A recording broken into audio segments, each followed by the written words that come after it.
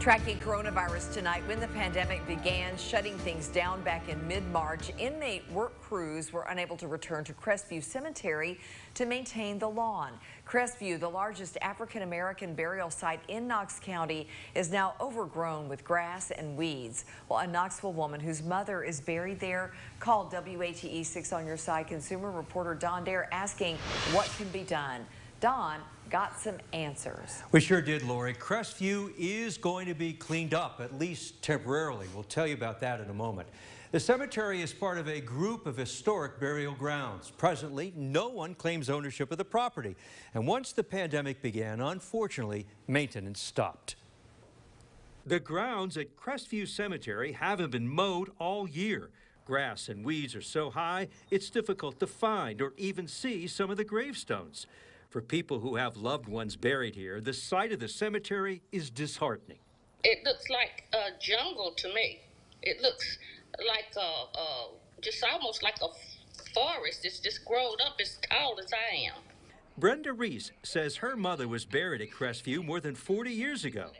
The cemetery is part of the Westview Historic Cemetery District, consisting of Crestview, Southern Chain, and Longview cemeteries. Along the edge of Keith Avenue, you can see where a few people have trimmed the grass around the markers of family members. When I went for her birthday in March, it was real high, so I cut it. And then I went back by there, and it was so tall that I couldn't even get in there.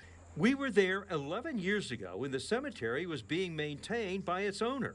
At the time, the grass was being cut and some of the overturned stones were repaired. But within a year, ownership at the private cemetery was in dispute. So around 8 years ago, Knoxville's Public Service Department and the county's Sheriff's Department started maintaining the property.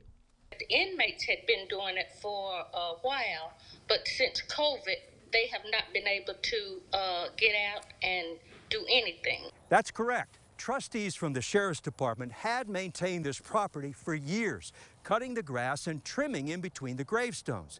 When the pandemic hit, the Sheriff's Department tells us its work release program was temporarily suspended for the safety of its inmates. The Sheriff's Department says, regrettably, no one has been able to return here since mid-March. Nothing been done. The grass has grown up and it's nothing been done. Soon, something will be done at the cemetery. The city tells 6 on Your Side B&B Services has won a contract to clean up the site. It means a lot to us. We are aware of the circumstance.